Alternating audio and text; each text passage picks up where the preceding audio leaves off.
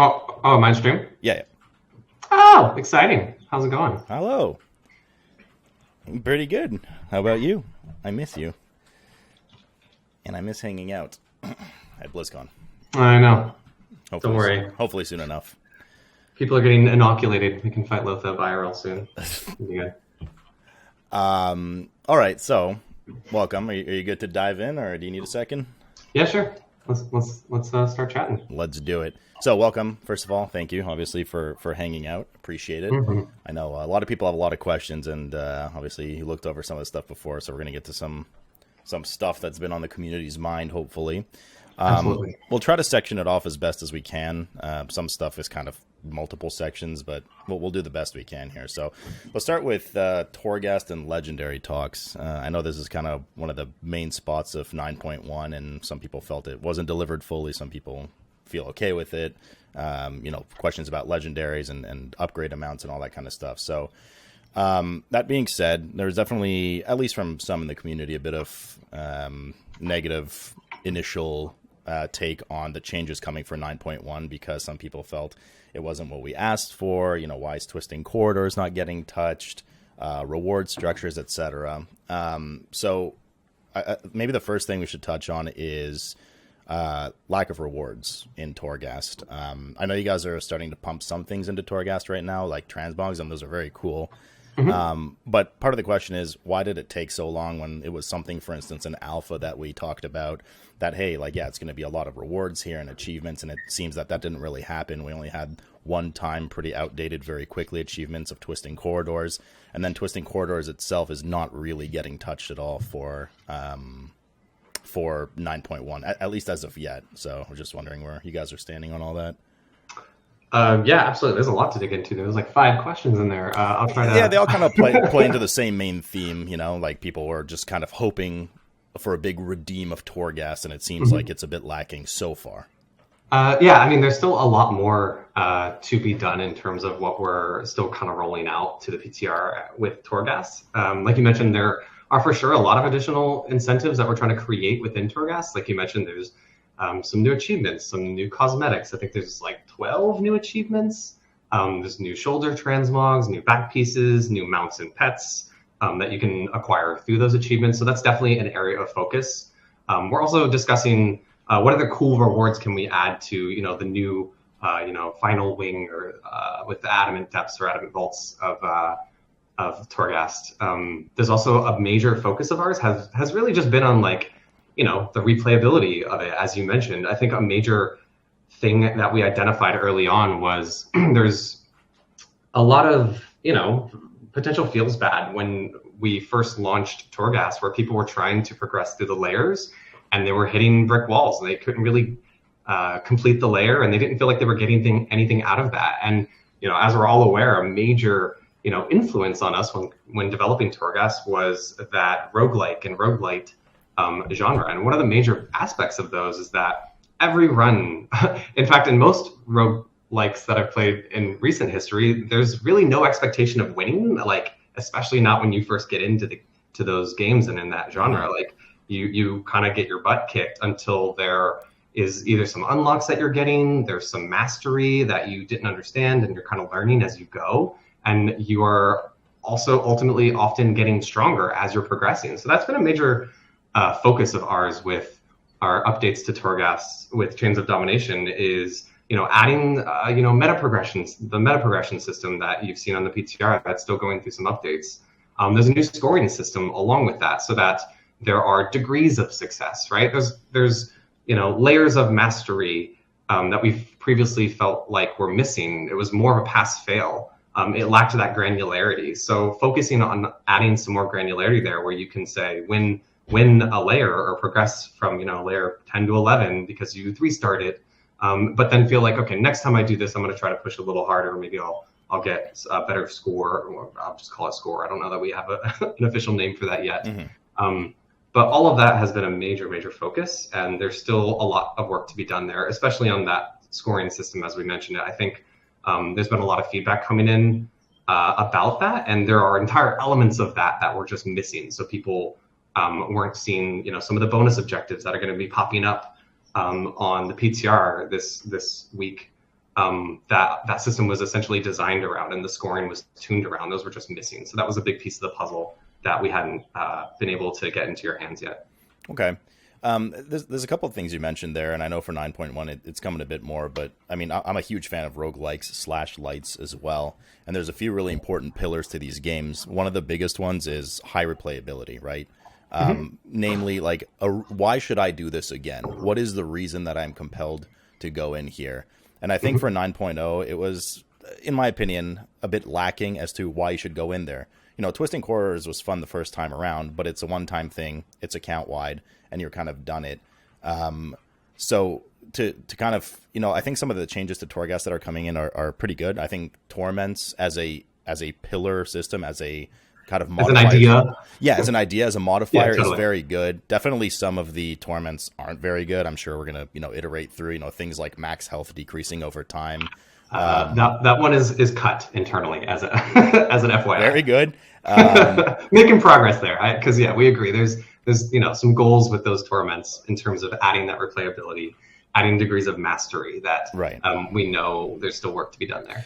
So what I wanted to kind of challenge you a bit on then is the replayability factor. I assume tuning hasn't finished because, I mean, people have been going in there with Castle Nathria Mythic gear and destroying layer 12 floor 7 totally. already. And then the second thing is, aside from Torments, you know, one of the main feedbacks that was given in alpha about Torghast was we tried to, if you remember, obviously Torments version A back in alpha, where there was like a bit of time pressure. We don't want you sitting around waiting for Bloodlust all the time. And there was mass outrage at it. We took it away right away. And, you know, it was kind of decided that Torghast should not be in any way a kind of speed run experience or time felt pressure. But some elements kind of with the redesign here have leaked back into that, including kind of the hot streak system, which has its own kind of neat buffs as to why you should maintain it. But it does really kind of force you to move your butt and do things quickly, including some of the torments that maybe they've been taking out that now, maybe they haven't. So any comment on this kind of timed pressure creeping back in a bit? Yeah. So, you know, as I just talked about, a major goal of ours was to add, you know, mastery, more granularity to what success actually means rather than it being pass fail. So when we talked about, you know, adding a potential scoring system into Torghast, and we talked about all the different elements that go into it, it's kind of hard to ignore speed, right? Like, speed is an element of mastery. It should certainly not be the only aspect, though, right? Like, you can still progress to higher layers without having a fast run, which was the goal. And we don't feel like, you know, it doesn't mean it can't be a factor in the total outcome of how you did in a run. And we are, like you just said yourself, right? We're extremely cognizant of the time as an element of mastery here, and introducing that in this system, we were very careful with how we were approaching that. You know, like you said, we remember the feedback cycle that we went through in alpha and beta. You know, we certainly didn't forget those things. And adding time back in there was a cause of concern on our part. So we talked a lot about that. So like I actually just mentioned, a lot of what we're seeing there in terms of the bonuses that you're talking about, those are still being iterated on. There's a lot of polish to be done there, but the goal is that you should be able to progress through your layers, you know, while moving at a reasonable pace, right? Like, you're not sitting around waiting for Bloodlust to come off cooldown, right? That maybe you're gonna not be able to hit the bar that we were expecting to progress through it and get to the next layer. But I think it's hard to avoid speed as an element of mastery, given that was our goals with revisiting Torghast. Okay, and speaking of kind of unlocking power to make subsequent runs easier, you know, in traditional roguelikes, etc., the tower knowledge that you gain had a season cap on it recently on PTR. Yeah, I think it's like a rolling cap. Is it like a rolling cap, like Conquest and Valor kind of thing, weekly? Okay, because there was a bit of confusion as to whether it would legit be like a 4-month lockout season cap, like you can only get half the tree, or you can kind of farm it weekly or grind it weekly if you want. Are there any considerations to make torments opt-in for people that just really don't like Torghast? They just want to get in there, get their Soul Ash, Soul Cinders, and get out of there for the week? Or is it just baseline, this is how it's going to be from now on? That's not currently the plan. I feel like a lot of that feedback comes from some of those like some of those torments that don't feel like they add, interesting, unique gameplay experiences week over week, right? Like it's like saying, can we make affixes optional in Mythic Plus, right? Like the goal there is to get to a place where they're adding variety and changing the way I'm approaching a wing week over week, so that it makes it a bit more interesting. And I think there's more iteration to be done there to hit that goal, but that's currently there's no plans to make it opt out. They don't turn on until some of the later layers, though. I believe right now, at least, they don't turn on until layer 8, and then they progressively turn more of them on as you go up, all the way up to layer 12, where you have multiple on at once. That's right. Okay. I think 4. Also, I mentioned it a couple of times. I guess not for 9.1. I believe Ian mentioned it as well a couple of weeks ago, but what's up with Twisting Corridors? Just kind of, is that just scrapped for the expansion, or is it on hold for 9.1? We'll see more of it in 9.2. Is there any kind of long-term plan with it at all? Yeah, there's no plans to do big updates to it for 9.1, but it's definitely something that we want to revisit, especially as we're adding layers of meta progression. We think that's a really cool opportunity to revisit that later once people have unlocked some of that stuff, so that we can kind of maybe even tune around some of those options and add some additional layers of difficulty in there. So nothing that we're adding for 9.1, but I definitely think, that's something that we would revisit and wouldn't rule out for like a 9.1.5 or something like that. Okay. And then just real quick, I know this has been mentioned before, but any further thoughts about leveling in Torghast for people? That question seemed to always come up a lot in these kind of interviews from the community. Yeah, I actually love that idea.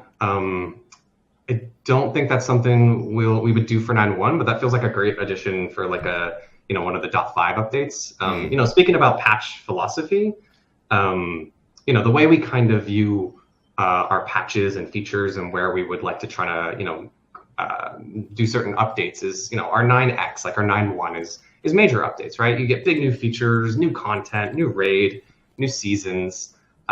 Really adding to the sandbox and the different activities that a player can do.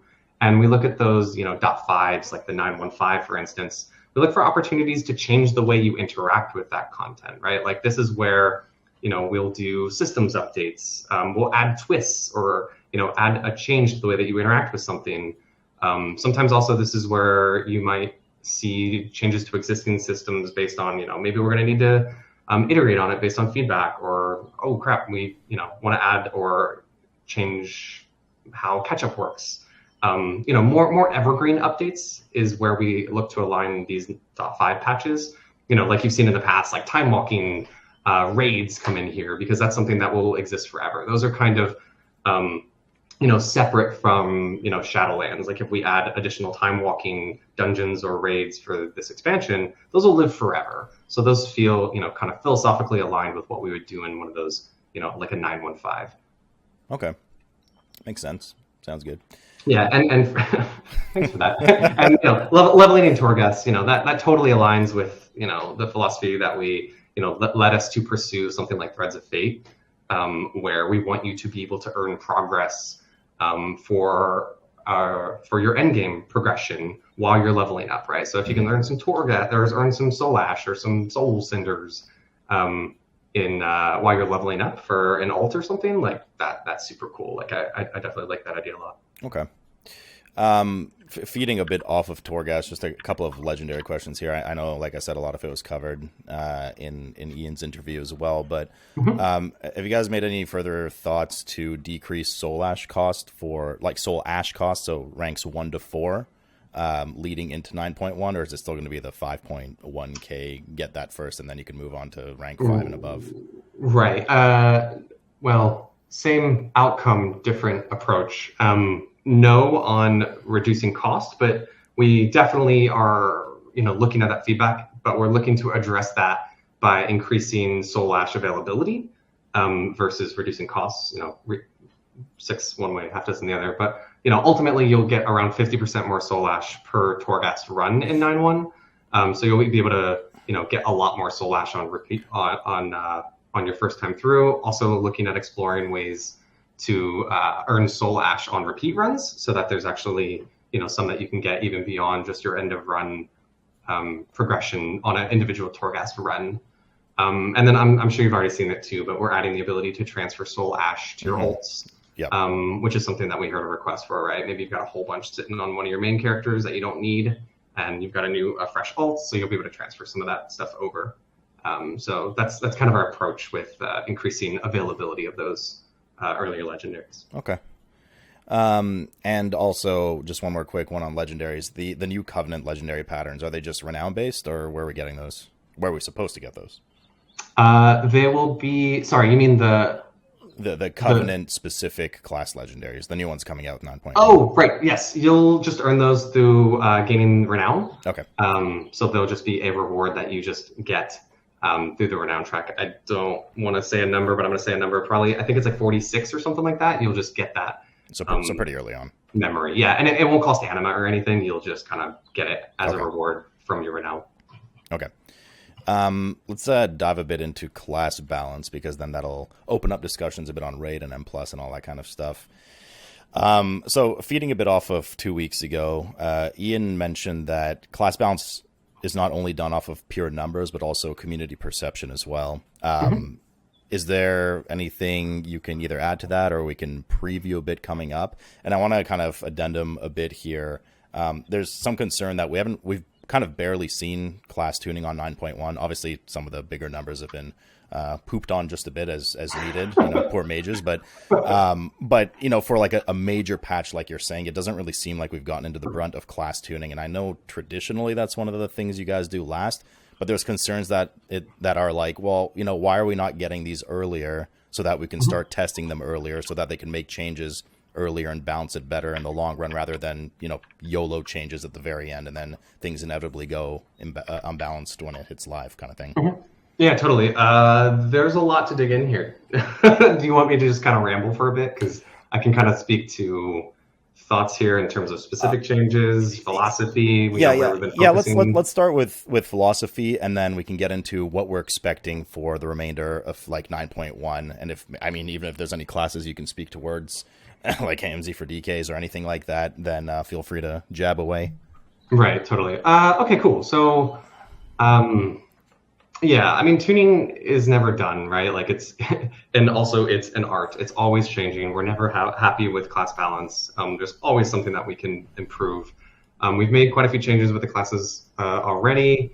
And to speaking to PvP for a second, there's a ton of upcoming PvP talent changes that have been made. I think it's some of the most we've made in a long time. So if you're a PvPer, the goal there was to really use PvP talents as a way to shift to the meta, refresh how Season 2 feels. And there's been a lot of changes there, even more coming soon. I'm not sure if the Death Knight stuff is up on the PTR yet, but there's a substantial amount of stuff coming to Death Knight PvP talents, for instance. But I guess more speaking, towards philosophy of just tuning and post-launch support, this is something that we've been trying to be a lot more active with post-launch, especially, leading up to 9.1, like you mentioned, there's going to be a lot more tuning that happens. There's still some stuff to come. There's some Mistweaver numerical buffs happening. There's other changes that are coming down the pipe soon. I'm not sure if some of the, Holy Paladin damage tuning that has happened, I'm not sure if that's hit the PTR yet. But really I want to speak to just philosophy of post-launch and how we have been viewing that, and kind of changed our philosophy here a little bit over time, but we want to do more work once the game is out there, and we want to be a lot more active, especially early on, and be more hands-on with tuning early, as people, it's not quite established, what the meta is, as it were, and also post-launch, right? Like, reviewing how our classes are looking, and knowing that hey, if I'm not doing so well, we are looking to, buff underperformers pretty consistently throughout the course of a raid tier or a season. That's not something we've done as much in the past. We try to be very careful with nerfs outside of that, first couple of weeks. And we really just look to kind of buff underperformers. We're usually very hands-off with things that might change some of the more permanent choices you've made. Like there were some legendaries that are getting changed that you've probably seen. There's some druid legendaries in 9.1 that are getting some adjustments because they were, kind of impacting the overall class balance. But that's not, you spent soul ash crafting that thing. That was something that you went out and you got. That was a reward. We don't want to pull the rug out from you on that one. And we want, if we're going to make changes to that, we want to make sure there's a long, lead time where you can see that coming. And especially with legendaries, since you have to upgrade new ones, that seems, on a big patch barrier, seems like a good time to revisit things like that. But other things that we talk about a lot in terms of philosophy and tuning, I'm not sure that you and I have ever talked about this, but encounter design has a huge impact on class balance, right? Like no exaggeration. We could literally touch nothing about our class tuning, and looking at who is overperforming and or underperforming based on, whatever metrics you're looking at might look completely different just based on the raid tier, right? Maybe we added a couple or fewer ads fights, or fights where AoE was really important, or what would this tier look like without Sludgefish? Sludge Fist, where there's that's a better name. Without a vulnerability window that perfectly aligns with Convoke, right? Like, what does that look like just with changing the encounter design? And that's not something that we really feel is appropriate to like nerf a class because we made a raid tier that was just really good for this specific class, right? Like that the perception might be that they're overpowered, and when we look at it, we're like, well, this class just really, really excels this raid tier. But how does the rest of the game fit into that, like M+, right? I mean, surely like you can't just balance off of the raid tier coming up, right? It has to be considerations to everything else in the game. So yep. I mean, like what drives things forward here? Is it the class balance, and then you do the M+ balance and the raid design off of that, or do you do raid design and then you do the class balance off of the raid design? It's both. Okay. An answer, right? Like, ¿por qué no los dos? We are constantly kind of communicating with encounter design and combat design. We very frequently also just have kind of pillars, like the staples of our raid design. It's not a coincidence that almost every raid tier has what we call a patchwork fight, right? The single target, no ads. Usually there's fewer mechanics. It's just like, pump numbers. How hard can you punch this thing in the face? That's not a coincidence, right? We always want to make sure that there are certain elements of our, combat design, class balance that we are making sure that we're testing within a specific raid tier so that we have a good variance there. And then outside of that, like I said, we don't necessarily want to punish people who are maybe doing really well because of the way that a raid tier is designed, but the people who feel like they're underperforming, and maybe for the exact same reason that they're underperforming, that doesn't really feel fair to that person to just be like, yeah, you just get to sit around for 5 months knowing that this raid tier just doesn't really lean into the strengths. And that's really the goal there, is to make sure that those people know that we, will make changes so that they can feel like they're being effective in whatever piece of content that they want to do. And if that means buffing Arms Warrior for the 4th time, then that's something that we'll look at. Don't forget Blood DK. Hey, Blood DK got buffs, man. Yeah, well, I mean, give it a couple more and then we'll talk. A couple more. Oh, okay. So now that so we've established this kind of philosophy. So that being said, on your guys' radar, is there any snippet or preview? Like, what do you guys feel right now is maybe overperforming generally, underperforming? We don't need specifics here, like, hey, this is getting a 10% damage nerf or something, but are there some specs and classes we can kind of expect to see notes on soon enough on PTR? So there's been, like I mentioned, there's been a bunch already. I could go look at the notes, but there's different types of problems here, right? There's, hey, this is just a tuning problem. We just need to buff the numbers on something here, but there's also issues where we feel like, yes, we could buff the numbers here, but all that would be doing is pushing other people out of the space. And maybe we're actually missing, there's some design space that we need to explore here. So an example here is Holy Priests. We redesigned one of their buttons because we felt like, yes, we could tune up Holy Priest, but we also felt like, there was an opportunity to create a new niche for them that maybe would be able to prop them up and make them have some unique utility that is, just for holy priests and makes them feel cool.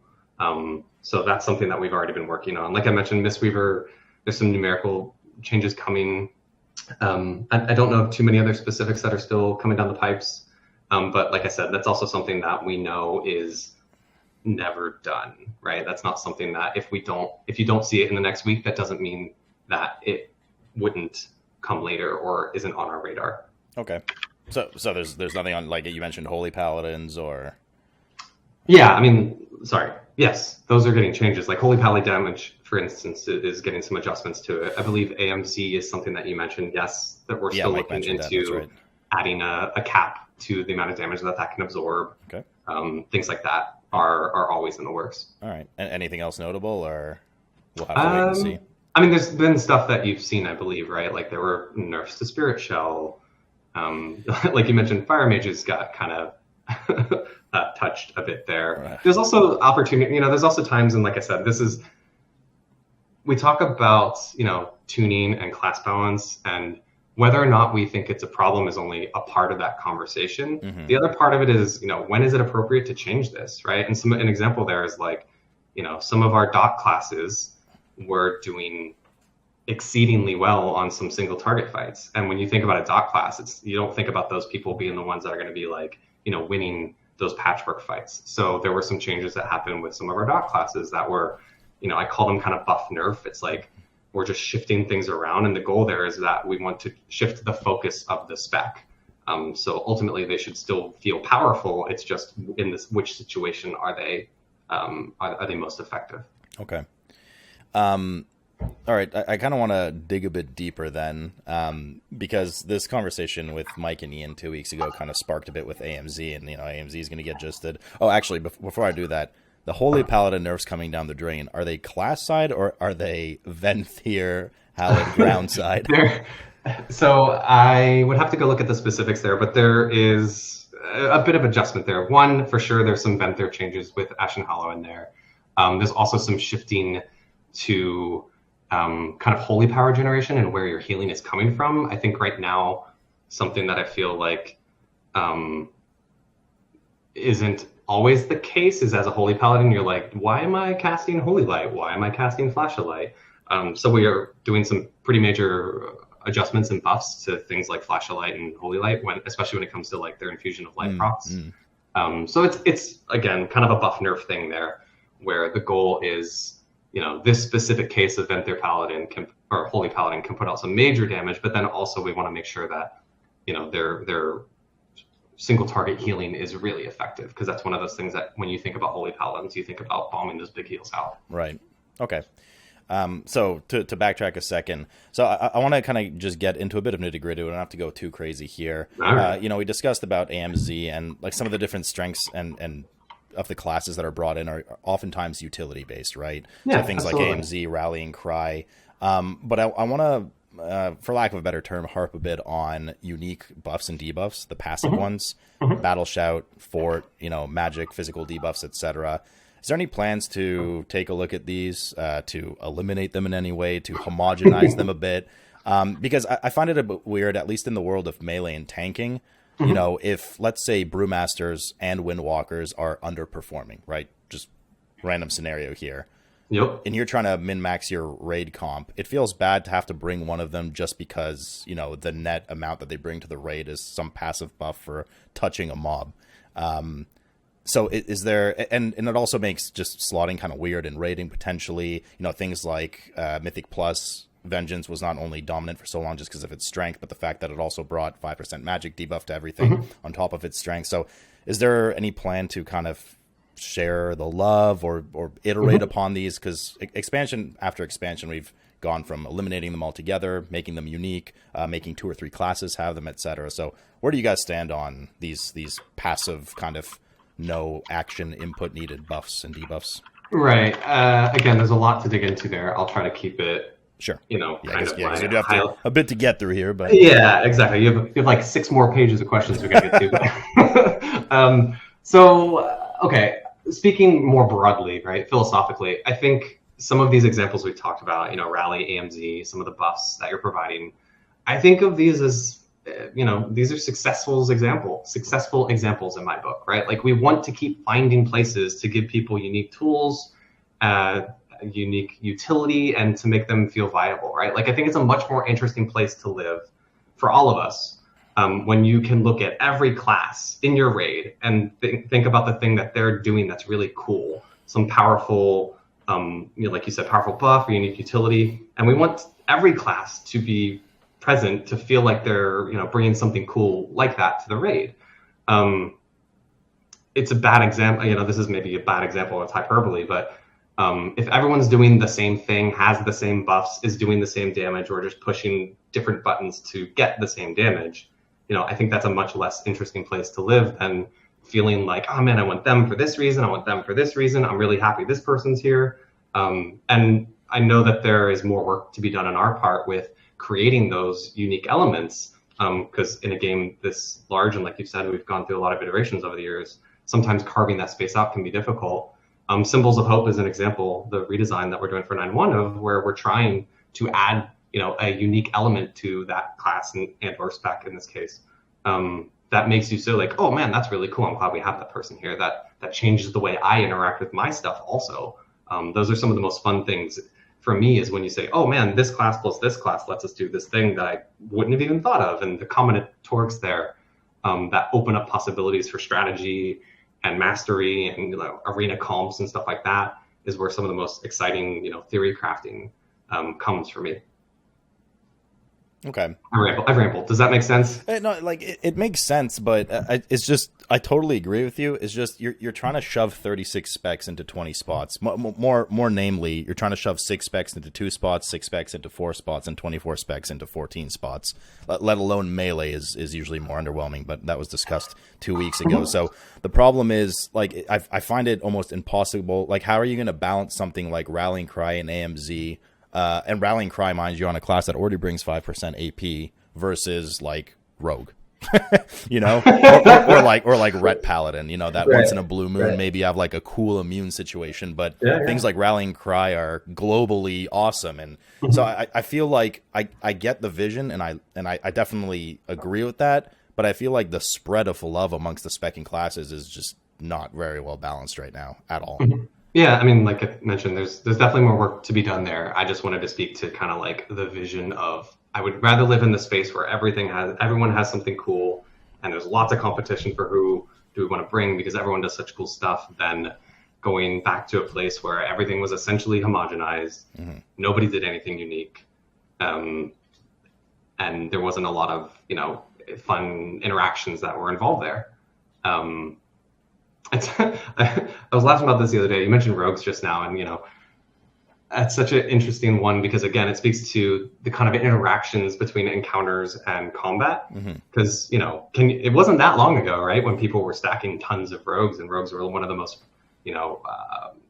like viable melee DPS in raids. And I was thinking back on like, what was the cause of that, right? Like, how many rogues did you bring to some of heroic and or mythic end bosses in past raid tiers? And a lot of that is really just that on the encounter side, we tried to shore up some of the quote unquote cheese that you could do, where you basically would like delete an ability because you have enough rogues and you stack cloak at the same time, and that used to be like a niche strength of theirs. And just by changing how we kind of approach immunities on the encounter side of things, and maybe we just have more targets on that ability, you can't just delete the ability anymore. So that was a space where rogues don't excel at where they used to, and maybe we need to find a new ability or something raid utility wise or something like that. Perhaps some kind of for them to bring smoky bomb or something. Kind of a bomb, maybe. A smoky bomb. Like yeah. Okay. So next question kind of it kind of segues into everything, but generally speaking, we don't have to, ramble on this one or anything. Are there going to be new conduits, and also how many rank increases in conduits are we getting? Yeah, there will be new conduits. Not many. I think there's only like a handful. Like, I think there's a new tank potency conduit. There's also a class agnostic endurance conduit. And the ranks, I don't know off the top of my head. They will go up as item level increases. similar to what we've seen in the previous tier with Castle Nathria and others. So probably 2 more bumps than 26. Something like that. Sorry, I don't know that. I don't know off the top of my head. Yeah, no, that sounds about right. So then leading into some raid stuff. So we're just going to scramble around here a bit. Any thoughts about diminishing the power or the amount of power that are brought forth from BOEs? Nathria had 4 BOEs, so Mythic Week 1 you can get 4 times 226 in your slots, which is a pretty substantial power bump right away. What's like the philosophy? Again, we don't have to go too crazy because we do have a bit to get through here, but in general, what's the plan for BOEs for Sanctum? What's the philosophy on BOEs, etc.? Yeah, I mean, we've been doing BOE raid drops for like a very long time, and we plan to continue doing that in Sanctum of Domination. We just feel like we missed the mark on tuning on a couple avenues in Castle Nathria, right? Like for one, I think we're looking to reduce the number of slots that are covered by BOEs in the raid. So, just removing, how much of your paper doll can be filled up by going to the auction house, I think is one way that we're approaching this. Additionally, I think the drop rate goes a long way, right? Like in past raids, you were excited if you saw a single BOE in your raid week, where in Nathria it was common to get multiple BOEs like on the way to a boss. So I think just like the tuning there and the slot availability will go a really long ways. But philosophically, we like BOEs. We like that they're a part of the raiding economy. Like when you get one, it's really cool to either one, equip it, or two, you can sell that and it pays for your guild's consumables or your repair costs. We think that part of the economy is really cool and healthy. We just missed the mark on the tuning. Okay. So any estimate on the amount of slots we're getting in Sanctum? Nathria had 4. I don't know. Sorry. No? I can follow up with you. But something less than 4. Probably. Hopefully. I don't know off the top of my head. Sorry. Okay. Yeah, that's all good. Raid gearing in general. It obviously was maybe a bit too low at the start. You guys bumped it up a piece per boss. Yes. We still don't have bonus rolls. And notably, a lot of people have asked as well from the community, we're moving away from what seemingly was a pretty successful implementation of weapon tokens. So so I guess a couple of parters here. A, why are we moving away from weapon tokens? B, as a result of moving away from weapon tokens, there's concern that straight up some classes and specs don't have weapons from the last 2 bosses. Is this going to be changed? And C, anything you want to add about how you guys feel about raid gearing in general moving forward? You love these like multi-parters, huh? Also, lets me sit back and relax, Yeah, I know, right? Just let Morgan ramble for a while. Sorry, and I just looked up the BOEs. I think it should be 2 or 3 in Sanctum of Domination, so for sure less than what we saw in Nathria. Right. So let's talk about tokens for a second. So why tokens? So there was a specific problem we were trying to solve in Nathria that kind of led us down the road of creating the token, which was, hey, we're fighting Denathrius, and we have these really, really awesome looking Covenant weapons that we want to award you from the raid. How do we make that make sense, right? Like if you killed Denathrius, why in the world would he have like an Arden Wield staff on him? Like that just doesn't jive. Like that's not the fantasy that we've usually tried to pursue, right? Like when you fight Sylvanas and punch Sylvanas, you will take her bow off of her corpse, quote quote. But the goal with the tokens was, hey, how do we deliver these items that feel like they're very different fantasy off of the same boss? And that's why we kind of pursued the token element of that. Also, tokens, I mean, while they were cool in some avenues, it also, I think, caused us some problems in Castle Nathria where, there was the weapon boss, right? Like Denathrius was, do you want the weapon? Here's the boss. And it, didn't allow for as much proliferation throughout the raid where you would have seen in previous raid tiers where it's like, cool, I can get a boss or weapon off of, maybe boss 3, and then there's another boss drop or weapon drop off boss 7, and there's also a boss drop off of Denathrius versus, where we ended up in Castle Nathria where you had a lot of people, even in my own raid group, they were like, wow, am I just never going to get a weapon? Right. And it's like, well, for one, they're less available, and 2, yeah. So, that was a solution to a specific problem I tried to solve. I see. No, I'm sorry. What was the second part of your question? The second part, yeah, I'll try to break these up a bit more for you. The second part was currently as the loot table stands. I don't know if it's placeholder or not. That's what we're going to find out. There's some weapon types that just don't drop from the last two bosses. So there's some specs that don't have the highest potential eye level of weapon, which is causing some rowdiness in the crowd. Some consternation. So the loot layout, as you have seen it, is intentional, and it's mostly finished. Like maybe there's a couple of adjustments, but not regarding what we're talking about right now. And again, I think this kind of speaks to, I think there's pros and cons to each of these, right? Like having your weapon on the last boss is cool in that, I can get a higher item level version of it though. But I think a lot of people, especially when we talk about, for instance, mythic raiding, people think it's a given that your mythic guild is just going to clear the raid. But there's a whole lot of raiding guilds out there that never kill, that end boss on whatever difficulty it may be, because those bosses are pretty significant jump in difficulty. So, for someone like you, maybe it feels like a given that you're going to get that. But for someone else, it's like, man, we don't usually kill the end boss, so I don't even have a shot at getting my weapon, versus the people who are going to be getting their weapons off some of the earlier bosses. So, this is how we've built bosses for many, many tiers, and it should be clear that there's something that you're excited about on the last few bosses, but I don't think that necessarily always needs to be a weapon, right? Maybe it's a trinket or something else that you're really excited about.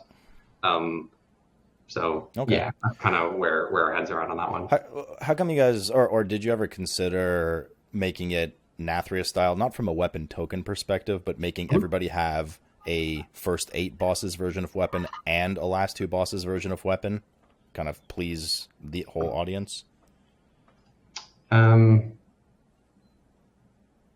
interesting. That's something have we done that in the past? I mean, you just did it in Nathria. Ish, yeah, I guess that's fair.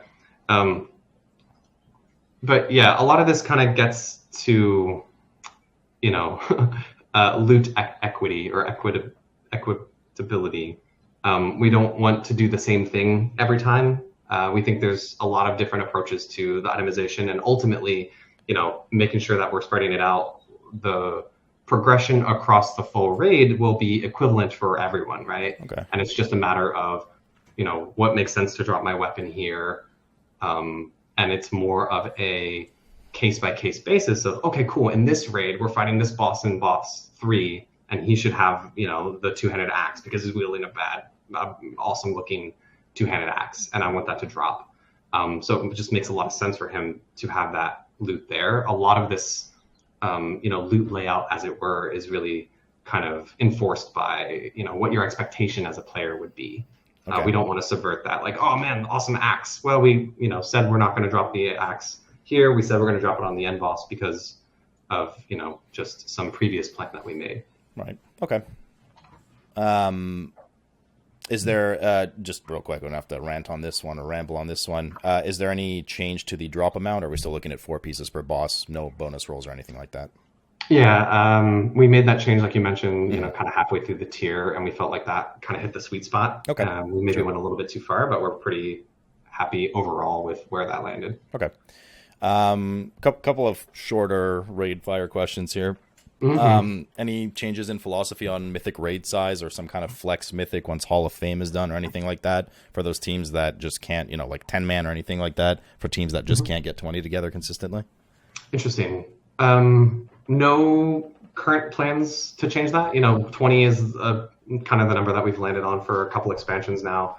It's really nice for encounter purposes because we can make certain assumptions, like the presence of a specific class or something like that, so we can create the encounter kind of assuming some of these things, and changing it down, especially like you mentioned, down to 10, suddenly those assumptions are broken and like, crap, do we have to redesign this fight because a Hall of Fame filled up? Okay. Also, there's, I think, social problems with potentially changing, the raid size in the middle of a tier. Like, do you recruit someone for your mythic guild and you say like, hey, when Hall of Fame fills up and Flex opens, we can bring you to the raid then, right? Like, kind of like you mentioned, Ian touched on a couple of these things, right? Like, I think the consistency of the social structure there is important. Mm-hmm. Like, cool, we know what we're going to need. We know what we're recruiting for. This is what we're going to aim to do. And keeping that, consistent throughout the tier is good. And yeah, no plans to change that. Just a popular question. I just had to throw it out there. For sure. Very brief question. any predicted mini raid this expansion? One of those 2-3 bosses kind thing. This expansion, no, none planned. Okay. But I don't want to shut the door on doing those in the future, right? Like we're open to doing it, especially the way that the raid itemization has worked out with, like you've been touching on already, where like, you know, the end bosses are half tier up. That kind of works in our favor with these smaller raid tiers, or smaller raid mini raids, as you mentioned, because that can kind of like, you know, help flesh out the eye level band with a couple more bosses. Philosophically, mini raids are something that are really motivated by, you know, what's going on in the game, what's the story. Often we use those, you know, to maybe explore kind of some of the side plots that are happening through an expansion, or we use them to bridge an arc in a plot, you know, where we're like, you know, with Battle for Azeroth, where you saw we were kind of pivoting more into old gaudy stuff. Yeah. It helped us kind of bridge that gap there. But none planned. You know, I feel like the story of Shadowlands is pretty clear, what we're pursuing, who we're going to be going after. But that's definitely something that I think are cool anytime we can pull those off and make it make sense. Okay. Quick one here as well. It was stated Jailer would be final boss of the expansion. Does this still remain true? Who else would it be? I don't know. You tell me. Like what? Yeah. I mean, I want to punch him. Don't you want to punch him? Okay, fair. Will there be a mythic only phase for Sylvanas? A secret mythic phase? Name it however you want. You just have to ask that, huh? I have to ask that. People love their mythic only phases for the most part. No. I don't believe it's. I guess that's like there's a lot of nuance in that question. No, I think as you would define it, the answer to that is no. I can talk about like, you know, why we do mythic only phases, when we do mythic only phases. It's kind of philosophy that I like. I think a lot of it. I assume it's the same historically. It's usually like a lore implementation, and if there's a good reason for it, right? If it fits well. Yeah, and it's also actually I was thinking about this the other day. Like, were you the person that we were talking about like way back in the day? There was the mythic Margok, or mythic Margok phase where Cho'Gall showed up. Was it you that I was talking to ages ago about this? Probably. Yeah, and like I think you asked me like, yeah, you know, what if I'm someone who really cares about the story of what was going on there with Cho'Gall, and like I'm not a mythic raider. And I think my answer that doesn't sound like it was me at all. Okay, I think my answer to that was like, I don't know, go to YouTube, right? Which is not necessarily fair, right? I feel like when it comes to these big story elements, like the things that you really want to see that are tied into the major plot points of an expansion, you want to see those things play out in the raid, and not just for, you know, people who can't see those things otherwise. So with the mythic only phases, kind of the goal there and the philosophy there is when it makes sense, when there's something cool functionally that we can change about the fight. But as you and I've talked about this a bunch in the past, like mythic only phases also I don't think are like required to make the fight feel substantially different. You know, like there's plenty of mythic bosses that we've designed that don't have a mythic only phase and feel completely different than their heroic. Oh no, for sure. It's just Sylvanas is, you know, a big character at this point, right, with the Jailer and everything. So I would have expected that there would be a mythic phase, just because I mean, there's so many ways you can go with it in lore. But fair. Well, once you see the fight, I'll be curious to see if you still feel that way. Okay. Because there's a lot of really, really cool stuff that happens, you know, during that fight, you know, that you see happen unfold in that encounter. Like, it's really, really epic. Okay. I'd be curious to get your thoughts on it after you get a chance to see it on the All right. PTR. I'm excited to see it. Last one about raiding, because we do have to move along. So real quick, this new kind of socketing gem system, Dominion sockets, etc., will they function outside of the raid? Sorry, can you repeat that? The new kind of socket system that exists with raid gearing, with like domination or Dominion sockets or whatever. Shards of domination. Yeah, I can explain how that works a bit. So the way that will, you know, ultimately work, our kind of design for it at the moment, at least, is there will be across the gear that you're earning through Sanctum of Domination, you will get gear. Some of that gear will have sockets on it. They're called, I think, domination sockets. There are 5 of those total that you'll be able to get across all of your gear. And then there are 3 gem types, like Frost, Blood, Unholy, or something like that. Right. Each gem itself will have unique stats or something on it. And then when you equip 3 of a specific gem type, so like 3 blood gems, there will be a bonus that will unlock and turn on, almost like a set bonus, right? So hey, I have 3 blood on these. This new bonus turns on now. The way that'll work is the gems will work everywhere. Those bonuses that you get on an individual gem, that'll work no matter where you are. But however, the set bonus will only work in the mall, meaning Torghast, Korthia, Sanctum of Domination, but not like, in PvP or dungeons, stuff like that. Okay. Does that make sense? Yeah, no, makes sense. Whittling into... moving away a bit from rating, I think we had a good chunk of rating stuff there, into the world of M+, something that wasn't really touched too much with Ian and Mike. So obviously there's a bit of change coming to M+, with internal scoring, etc. We'll touch on that in a sec. The first question, though, is have there been any more talks about revamping how you obtain keys, how you choose your next keys, key structure in general, or affixes, or anything of the sort? Or are we kind of just going with the same old base structure? There have been talks, yes. Okay. Especially with the introduction of the Mythic Plus rating system, that's something that we've heard a lot of feedback on is like, hey, if I want to if I'm a really high-end Mythic Plus player and I want to try to push my rating, how are we going to be getting the keys that we need to push our rating on certain dungeons? So that's definitely something we've heard feedback on. We agree with the feedback that we've heard there. I don't know that I have anything that we can commit to, concrete, this is the change we're making in 9.1, but it's for sure something that we are discussing. Okay. And what about affix structure? Because, if we go back to Gamescom 2016 or 17, remember you and I were chatting during Legion-ish launch time or pre-Legion launch, and we were talking about M+ coming out and affix structure, and we had a lovely talk about the concept of kiss curse affixes. Lovely chat, yes. Yeah, and that never happened.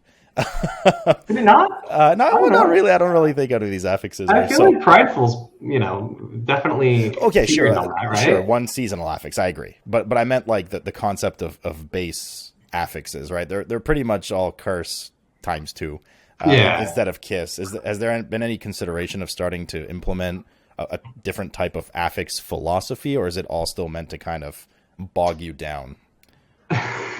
Well, when you phrase it like that, I like, we were just talking about it, but for sure there's been progress there, and we are starting to explore affixes like that with the seasonal affixes for sure. And, based on the success of how we see those pan out, I think will inform some of our future decisions, right? Like maybe we want to completely revisit one of the buckets and redefine what that is, but as it is with a lot of things, we like to, kind of crawl, walk, run with it and check out, how it will play out with certain design decisions, but in a smaller space. Because, looking at Prideful as an example, it was, I think, a really fun affix, but it also did some interesting things that we might not have originally really considered. And, when you look at the importance of routing through some of our dungeons now, right, and how much emphasis there is on that, I think for me at least a portion of that is because of the buff that you get from that Prideful creature and how powerful it is, and look at the outcome of that, and man, if I miss this pull, suddenly I can't kill this boss. That wasn't something that I think was particularly healthy. So that's one of those things where, okay, cool, we're learning about kind of some of the impact of what this could have by introducing things like that. And, with the new affix, the new seasonal affix in 9.1, there will still be elements of this, kiss curse, as you put it, affixes for the new seasonal affix, but, our approach to that will be a little bit different. Okay. And since we're getting a score implementation now, there's opportunity to, what in my opinion has been lacking, if I'm to give some criticism here, in terms of reward structure for M+. I'm not talking just about gear acquisition, right? I'm talking about incentivization for players to do the content that don't only care about Rio score, right? Is this something that will now, like, it will pave the path for perhaps some more of this stuff? And if there is more of this stuff, can you kind of preview anything? Yeah, for sure. That is absolutely kind of the intent with introducing a system like this, is it will essentially lay the foundation for new reward vectors that were maybe not so clear in the past. Some of the things that we're talking about doing, like building out a Mythic Plus as an endgame track with a rating system like we're talking about. Not only is that its own incentive, but one of the things that we feel like was missing from Mythic Plus was that kind of super high-end analog to like the Hall of Famer for Raiders or the named Gladiator for Arena or PvP. This system kind of enables us and allows us to do that kind of end of season, like, okay, cool, who are the kind of top Mythic Plus players? And there's nothing like, can't really announce things, but that is definitely a thing that we are able to do with a system like this in place, right? Okay. In the meantime, like we're also adding things like did you do these? I forget if you did these, but do you remember old Miss Pandaria challenge modes? You would get the portals. Of course. So those are kind of making a return. Also, something that we think is really cool that this system allows us to do is, and this is something we're doing, is awarding bonus Valor if anyone's rating in their group went up in a Mythic Plus run. Okay. So, that has a bit of a social incentive there, maybe to bring someone whose rating would go up, but also it's just, one of those hooks that we can create to kind of play into this rating system. Cool. And then last part here about M+, because we got to zoom through. Philosophy on, as soon as I say philosophy, this could take 40 minutes, but let's not do that. Okay. But you have 2.5 minutes, go. Brief philosophy on, eye level in M+, not being, as highly obtainable as rating outside of your Great Vault. Sorry, say that again. I was busy giggling. The eye level that you get from M+ not being as high as rating. Outside of the vault, has that philosophy changed at all, or are we sticking our guns to that? Yeah, I mean, there's a lot that we talk about when it comes to kind of the different avenues of itemization, the different avenues of reward for the different activities you're doing, right? Like, PvPers have conquest, and they're kind of earning their conquest week over week. They're upgrading them. We're adding PvP item level back to that ecosystem to help ensure that the PvP gear is the best, or is at least, very likely to be competitive at the top end. Rating, we kind of felt like in the past, Mythic Plus was, kind of encroaching on the Raiders space in previous expansions, especially. So adding something cool and unique from raids, part of the goal there is that there's a thing that you can point to and be like, yeah, this is the really unique and exciting thing that I get as a raider. And that's one of the strengths of raiding. And the same thing with Mythic Plus, right? Mythic Plus, I think if you ask someone, like if you ask a heroic raider and you ask them, this person is also doing a lot of Mythic Plus on the side, like how much of their gear comes from Mythic Plus versus raiding? I think that's an interesting thing to look into. And that's one of the main values of Mythic Plus is just that rate of acquisition, how much gear you can get. And we did make a lot of changes, with the Valor introduction of the Valor system to kind of shore up what we felt like were weaknesses of the Mythic Plus system in Shadowlands, where you can kind of upgrade the gear.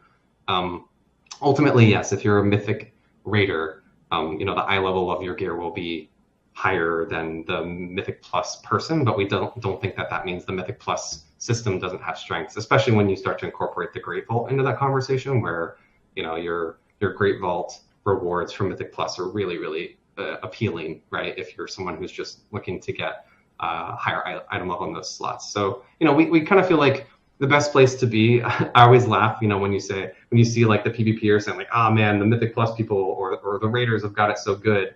And then the Raiders are talking about how the PvPers have got it so good. And that really just speaks to how there's different, strengths to the, gearing systems of each of those.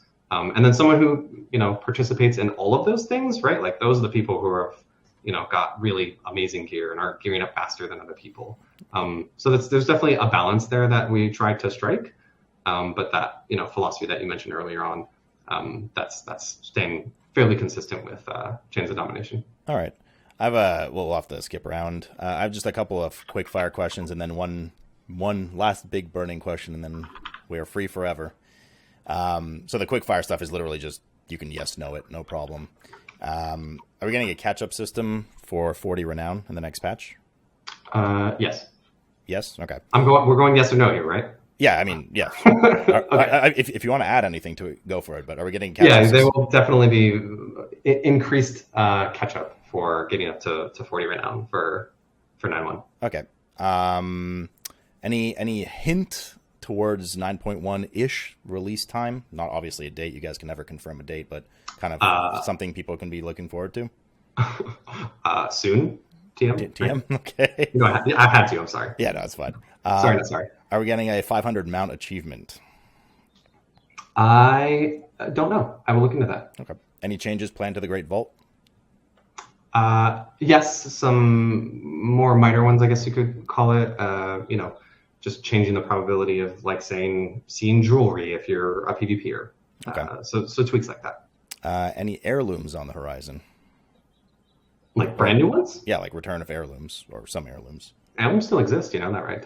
But not 50 to 60. Not 50 to 60. Oh yeah, sorry. Okay, yeah. I mean, 50 to 60. Those are usually the heirlooms that we add or let you update your existing ones later on. So, but not for 9.1, but definitely something that we would revisit. Okay. And then the last big meta issue that I have to ask, we'll skip past some of these, but this one was a very popular community opinion, and I know you read it on here too. I wanted to tackle it.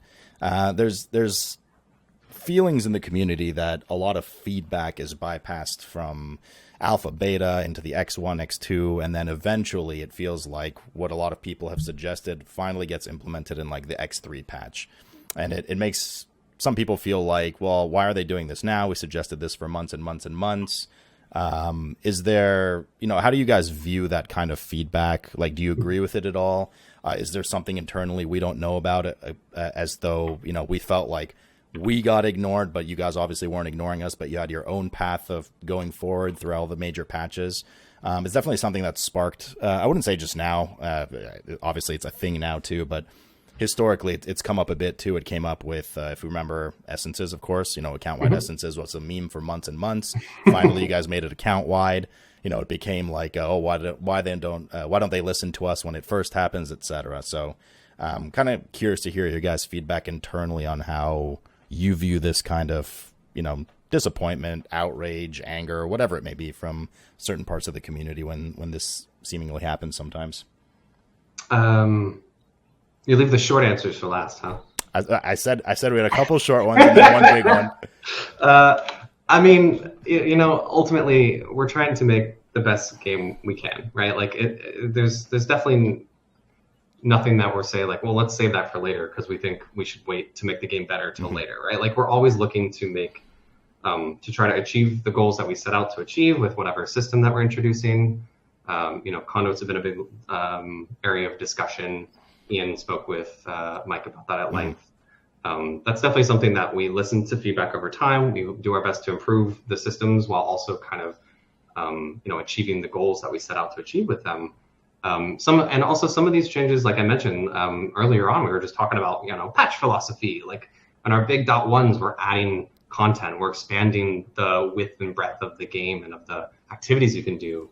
And oftentimes in those .5 updates are where we look to add some of these evergreen features that might feel like, oh, why didn't they do this earlier? But, the goal is trying to, walk that fine line of allowing people to catch up and participate in activities, but also not, undermining the time that people have invested in the game and trying to, strike the balance between those two things of, yes, you can put in the extra hours, you can put in the time, and you'll get that legendary or get that, whatever it is that you want to get, while also, not just completely undercutting that effort that person previously put in. So it's definitely an evolving, discussion. There's a lot of nuance here that we can talk about more later. But yeah, development, ultimately, we're trying to make the best game we can.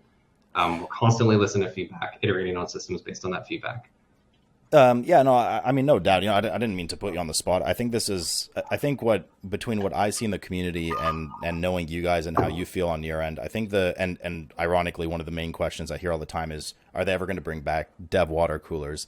I think one of the main issues is that people know or sometimes don't know that you actually take the feedback, which you do, but then they don't know if you digest it. They don't know if you don't like the suggestion or you had a different plan, and then you just you're like, oh, hey, here's this thing that had nothing to do with what seemingly a large majority of people implemented. And it seems like from the community perspective, sometimes there's just misinformation or maybe we can get some better insight onto, well, why didn't they do that, right? Totally, or just misaligned expectations. Right. Like something was said and people, were like, oh, that could be anything. That could be a boat. And then in reality, maybe what's delivered isn't quite what was in someone's head. So I there's always things that we can be doing to improve communication. The dev water cooler thing is an avenue. I don't think there's one answer here, right? But hey, we're here chatting today. That's a big part of this.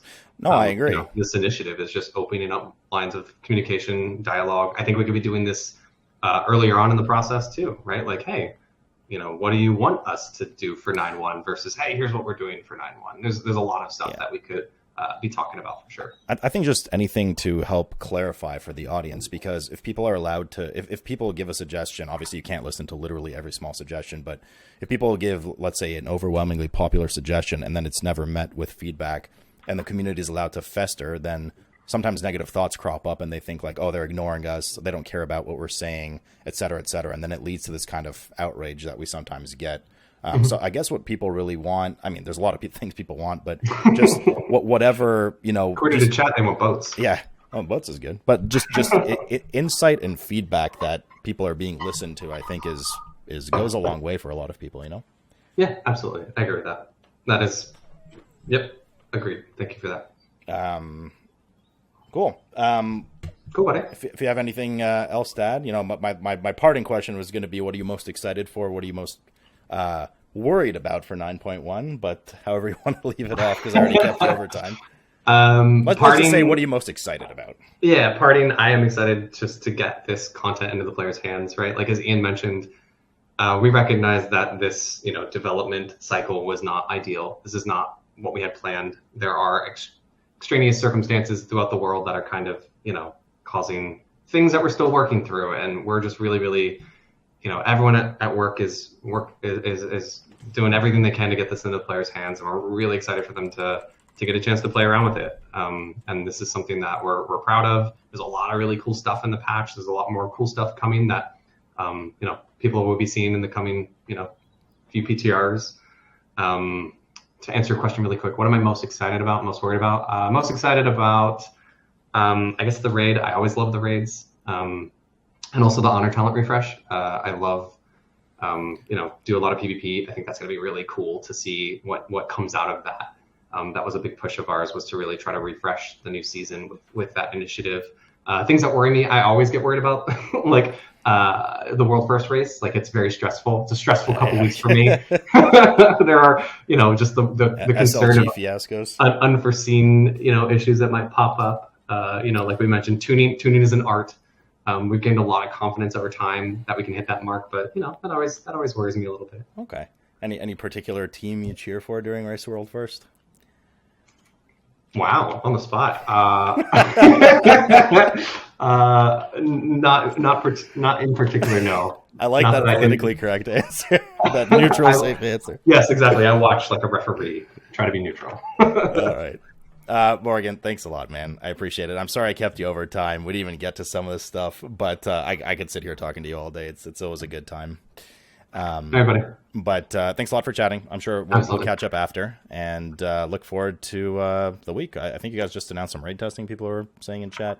So definitely looking forward to what 9.1 has to come out, and I appreciate you taking the time a lot. Absolutely. I'll talk to you later, man. All right. Later, Morgan.